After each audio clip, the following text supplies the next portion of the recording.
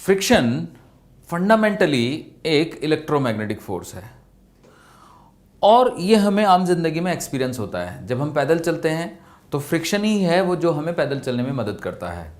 जब हम कोई कील दीवार में गाड़ते हैं तो फ्रिक्शन ही वो चीज़ है जिसकी मदद से हम कील दीवार में गाड़ सकते हैं।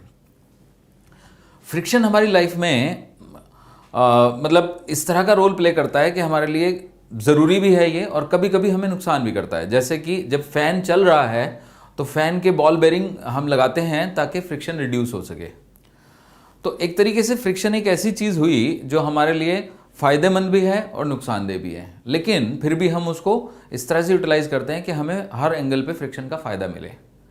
जैसे मैं बोर्ड पे लिख पा रहा हूँ तो वो फ्रिक्शन की मदद से ही मैं लिख पा रहा हूँ। अगर बोर्ड पे यहाँ पे फ्रिक्शन ना होता तो ये इंक इस पर चिपकती ही नहीं और लिखना इम्पॉसिबल हो जाता।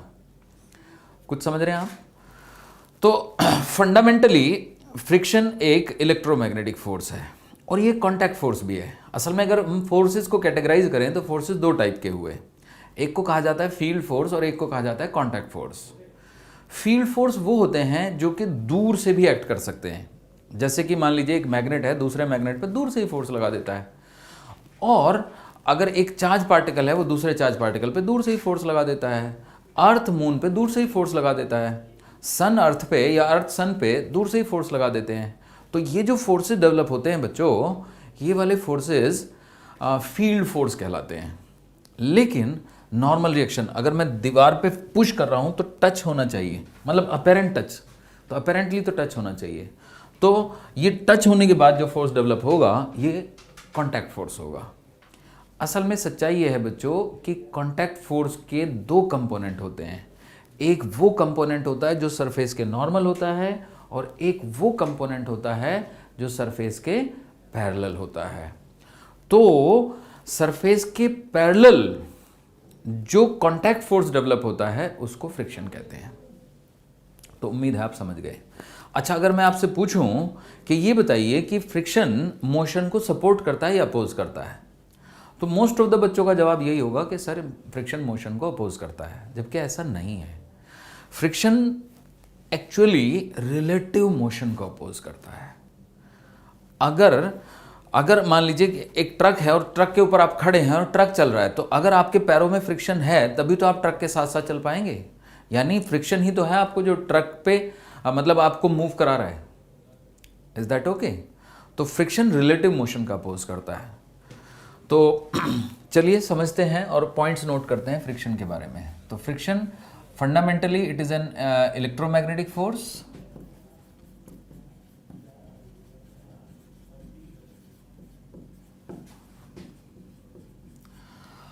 and it opposes relative motion.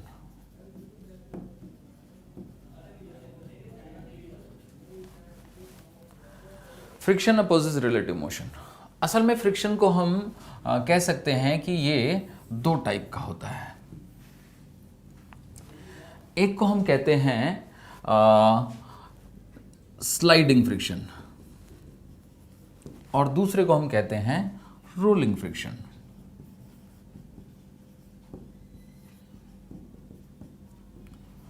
बच्चों, आप स्लाइडिंग फ्रिक्शन का मतलब यह है कि जैसे आप घर में किसी कुर्सी को खिसकाते हैं, जैसे किसी टेबल को खिसकाते हैं, जैसे किसी मान लीजिए अलमीरा को खिसकाते हैं, तो जो फ्रिक्शन प्ले में आता है वो है स्लाइडिंग फ्रिक्शन। अब रोलिंग फ्रिक्शन में अगर आपके पास जो चेयर है वो उसमें व्हील्स हैं नीचे, तो रोलिंग फ्रिक्शन, तो व्हील वाली चेयर को मूव कराना इजी है। या फिर कहिए तो जब कार को आप मूव कराते हैं या फिर कार में पहिए हैं तो कार को अगर आप मूव करा रहे हैं आगे या पीछे तो रोलिंग फ्रिक्शन प्ले में आएगा। पहली बार में तो थोड़ा सा दिक्कत है ही, आप समझे? तो कहने का मतलब ये हुआ कि अगर हमारे पास कोई परफेक्टली रिजिड बॉडी है और एक परफेक्टली रिजिड सरफेस है, तो एक बार अगर हम उसको रोल करा देंगे तो उसके बाद उस पर कोई फ्रिक्शन नहीं लगेगा। लेकिन प्रैक्टिकली हमारे पास कोई परफेक्टली रिजिड बॉडी नहीं होती बच्चों, ना ही परफेक्टली रिजिड सरफेस होती। तो जब बॉडी रिजिड नहीं है, सरफेस रिजिड नहीं है, तो ये जो बॉडी है ये इस सरफेस में स्लाइटली डिप्रेस हो जाती है। तो इसकी जो शेप है वो कुछ इस तरह से हो जाती है, देखिएगा ध्यान से, ये डिप्रेस हो गई, एंड ये इस तरह से डिप्रेस्ड है। तो अब आप सोचिए कि जब ये आगे बढ़ेगी तो क्या होगा। तो यहां पे एक डिप्रेशन है, जैसे ही आगे बढ़ेगी तो आगे डिप्रेशन क्रिएट होगा और पीछे का डिप्रेशन लूज होगा। तो अगर डिप्रेशन है और आगे डिप्रेशन क्रिएट होना है और पीछे से डिप्रेशन खत्म होना है तो आगे की तरफ ज़्यादा पुश करना पड़ेगा। तो यानी जब ये बॉडी आगे की तरफ ज़्यादा पुश करेगी तो इसको भी रिएक्शन आगे से ही मिलेगी। यानी अगर ये सेंटर है तो सेंटर का ये बीचों बीच का पॉइंट है तो रिएक्शन फोर्स यहाँ से मिलेगी। समझे बच्चों? तो ये रिएक्शन फोर्स थोड़ी टेढ़ी भी होगी ऐसे। तो अब इस टेढ़ी रिएक्शन फोर्स को आर को हम रिजॉल्व कर सकते हैं दो कंपोनेंट्स में। एक कंपोनेंट होगा इसका वर्टिकल जिसका नाम है आर वी, और एक कंपोनेंट होगा इसका हॉरिजॉन्टल जिसका नाम है आर एच। अब आप समझ सकते हो कि आर एच इस बॉडी की वेलोसिटी को रिड्यूस करेगा, आर वी इसके वेट को बैलेंस करेगा, और साथ ही साथ इसके घूमने की वेलोसिटी को, मतलब जिसको हम एंगुलर वेलोसिटी कहते हैं, उसको भी रिड्यूस करेगा। तो अब आप समझ गए कि आर एच का काम है वी को रिड्यूस करना और आर वी के दो काम हैं, एक तो वेट को बैलेंस करना और एक एंगुलर वेलोसिटी को रिड्यूस करना। Is that okay? तो इस तरह से रोलिंग फ्रिक्शन आपको समझ आ गया। इसमें मैं एक चीज़ और बताना चाहूँगा आपको। तो आप जानते ही होंगे कि जब पहिए का आविष्कार हुआ, मतलब जो व्हील की डिस्कवरी हुई, तो उससे जो कम्यूटेशन है वो बहुत बहुत ईजी हो गया। उसका रीज़न ये है कि जो रोलिंग फ्रिक्शन है वो अबाउट 1/200 टाइम्स है स्लाइडिंग फ्रिक्शन का। यानी अगर मैं क्या कहूँ कि अगर मैं किसी बॉडी को स्लाइड कराऊं, जैसे आप समझ लीजिए कि एक कार है, तो कार को अगर आप आगे धक्का दें तो जितना फोर्स आपको लगाना पड़ेगा, तो साइडवेज धक्का देने पे, साइडवे खिसकाने के लिए उसका 200 टाइम्स आपको फोर्स लगाना पड़ेगा। साइडवेज का मतलब आप समझ गए, क्योंकि साइडवे पहिए घूमेंगे थोड़ा ही, साइडवे तो मतलब एक साइड में खड़े होकर अगर आप उसको सरकाना चाहते हैं तो आपको approximately, it's not exact, approximately 200 times आपको फोर्स लगाना पड़ेगा, क्योंकि उस केस में स्लाइड होगा वो। आप समझ रहे हैं मैं क्या कह रहा हूँ? जैसे कार है, अगर आप उसको आगे या पीछे करेंगे तो पहिए रोल हो जाएंगे, पर अगर आप उसको ऐसे साइड वे खिसकाएंगे तो पहिए रोल थोड़े ना होंगे। तो उस केस में स्लाइडिंग फ्रिक्शन काम में आएगा, और वो रोलिंग फ्रिक्शन का अप्रॉक्सीमेटली 200 टाइम्स है। ठीक, ओके। अब स्लाइडिंग फ्रिक्शन भी बच्चों दो टाइप का होता है। एक को हम कहते हैं स्टैटिक फ्रिक्शन और एक को कहते हैं हम काइनेटिक फ्रिक्शन।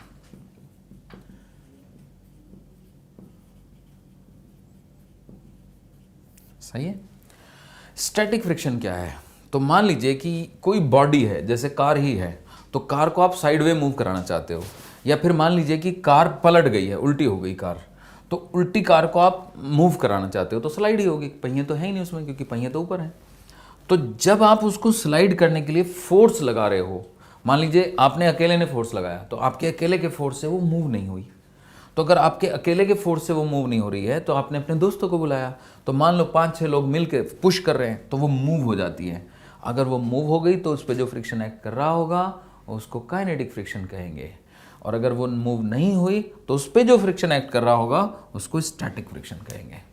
यानी कि अगर आप किसी बॉडी को स्लाइड करना चाहते हैं, खिसकाना चाहते हैं, सरकाना चाहते हैं, ड्रैग करना चाहते हैं, और वो ड्रैग नहीं हो पा रही है क्योंकि आपका अप्लाइड फोर्स सफिशिएंट नहीं है उसको ड्रैग करने के लिए, तो जो फोर्स प्ले में आ रहा है उसको फ्रिक्शन कहेंगे। और अगर हो रही है तो जो फोर्स प्ले में आ रहा है उसको स्टैटिक फ्रिक्शन कहेंगे, और अगर हो रही है तो जो फोर्स प्ले में आ रहा है उसको काइनेटिक फ्रिक्शन कहेंगे। उम्मीद है कि आप समझ गए। जैसे समझिए, सपोज करो कि ये बॉडी है, इस बॉडी पे आपने इस बॉडी पे एक फोर्स लगाया, F इस तरफ, M इसका मास है, तो F की वैल्यू आप बढ़ा रहे हैं। तो जब तक आप F की वैल्यू बढ़ाते जाएंगे, एक स्टेज आएगी ये चलने लगेगी। तो जब तक नहीं चल रही थी तो जो फ्रिक्शन लग रहा था वो था स्टैटिक फ्रिक्शन, और जब चल पड़ी तो जो फ्रिक्शन लगा उसका नाम है काइनेटिक फ्रिक्शन। क्लियर? तो इसको समझाने के लिए मैं आपको एग्जाम्पल देता हूँ ग्राफ के थ्रू। ठीक है बच्चों, चलिए ग्राफिकली समझाते हैं।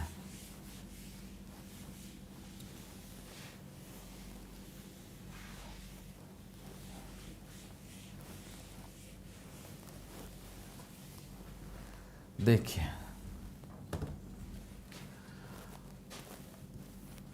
यहां पे मान लीजिए हमने लगाया F और यहां पे हमारा फ्रिक्शन, ठीक है। तो हो क्या रहा है कि मान लीजिए कि अप्लाइड फोर्स F को हम बढ़ाते जा रहे हैं, तो जब तक मोशन नहीं हो रहा है तब तक जितना अप्लाइड फोर्स है उतना ही फ्रिक्शन फोर्स है। तो यानी कि ये जो एंगल है, ये जो लाइन बनेगी, ये 45 के एंगल की एक लाइन बनेगी, ठीक।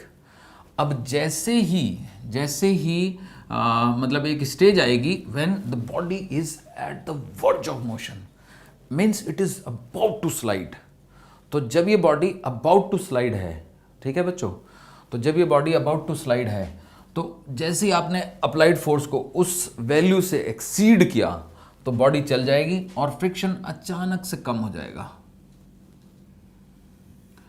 उसके कम होने के बाद वो एक कांस्टेंट वैल्यू एक्वायर करेगा। कैसी वैल्यू एक्वायर करेगा? Constant value. तो ये वैल्यू जिस समय पे body at the verge of motion थी उसको कहेंगे limiting friction. This is limiting friction. और जब ये बॉडी चल रही है तो जो फ्रिक्शन लग रहा है that is kinetic friction. Clear है बच्चों? तो आप देख रहे हो कि जो काइनेटिक फ्रिक्शन है वो लिमिटिंग फ्रिक्शन से कम है।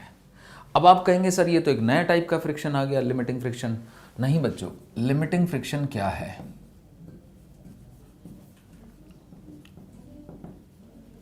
It is maximum value of static friction.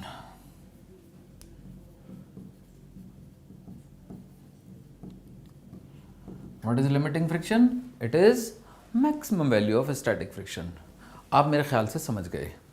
अब ज़रा समझते हैं बच्चों। सपोज करो कि यहाँ पे फ्रिक्शन डेवलप हुआ F, आप चाहते हैं फ्रिक्शन बढ़ जाए, तो अगर ऊपर से आप इसको पुश कर दें तो आप ये देखोगे कि इसका डिफ़िकल्ट हो गया मूवमेंट। यानी कि ये बात बिल्कुल जाहिर हो गई कि जैसे ही आप ऊपर से पुश करेंगे तो यहाँ पे डेवलप होने वाली नॉर्मल रिएक्शन बढ़ जाएगी। यानी कि friction force normal reaction dependent है। यानी हम ये ऑब्जर्व करते हैं कि limiting friction depends on normal reaction, kinetic friction also depends on normal reaction. तो इस प्रोपोर्शनलिटी को हटाने के लिए हम एक कांस्टेंट लगाते हैं जो है म्यू एस, और इसके लिए भी एक कांस्टेंट लगाते हैं जो है म्यू के। तो जाहिर सी बात है क्योंकि लिमिटिंग फ्रिक्शन काइनेटिक फ्रिक्शन से बड़ा है तो इसलिए म्यू एस म्यू के से बड़ा है। ठीक है बच्चों। अब म्यू एस का नाम है कोफिशिएंट ऑफ स्टैटिक फ्रिक्शन और म्यू के का नाम है कोफिशिएंट ऑफ काइनेटिक फ्रिक्शन। तो बच्चों आप कहोगे कि सर इसका मतलब लिमिटिंग फ्रिक्शन का फार्मूले में स्टैटिक फ्रिक्शन का कोफिशिएंट लेना है। यस, बात ऐसी है बच्चों, इसमें जो फ्रिक्शन में सबसे ज़्यादा प्रॉब्लम बच्चों को आती है वो ये है कि वो एक खास बात को नहीं समझ पाते, इस पोर्शन को। ये पोर्शन है स्टैटिक फ्रिक्शन का वो रीजन जहाँ पे स्टैटिक फ्रिक्शन अपने आप को एडजस्ट कर रहा है। तो स्टैटिक फ्रिक्शन अपने आप को एडजस्ट करता है, पर स्टैटिक फ्रिक्शन की जो मैक्सिमम वैल्यू है जिसका कि हमने नाम रख दिया है लिमिटिंग फ्रिक्शन, वो फॉर्मूले से कैलकुलेट हो सकता है। यानी स्टैटिक फ्रिक्शन एक ऐसा फ्रिक्शन है जो अपने आप को कम ज़्यादा कर सकता है। उसकी जो मैक्सिमम वैल्यू है उसके लिए हमारे पास फार्मूला अवेलेबल है, पर क्योंकि जो चीज़ अपने आप को कम ज़्यादा कर सकती है उसके लिए कोई फार्मूला नहीं है। तो we don't have any formula for static friction, but we have formula for maximum value of static friction. उम्मीद है कि आपको ये समझ में आया है। ठीक है, तो इसको मैं एक और इलिस्ट्रेशन से समझाऊंगा, टेबल बना के समझाता हूँ आपको। आप फिलहाल इसको नोट कर लें। ठीक है, चलिए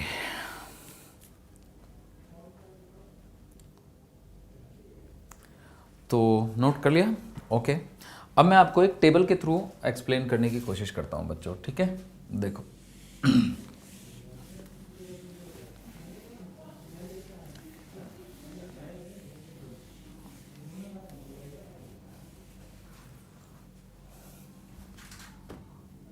देखिए, सपोज करो कि हमारे पास ये एक ब्लॉक है जिसका मास है 10 kg,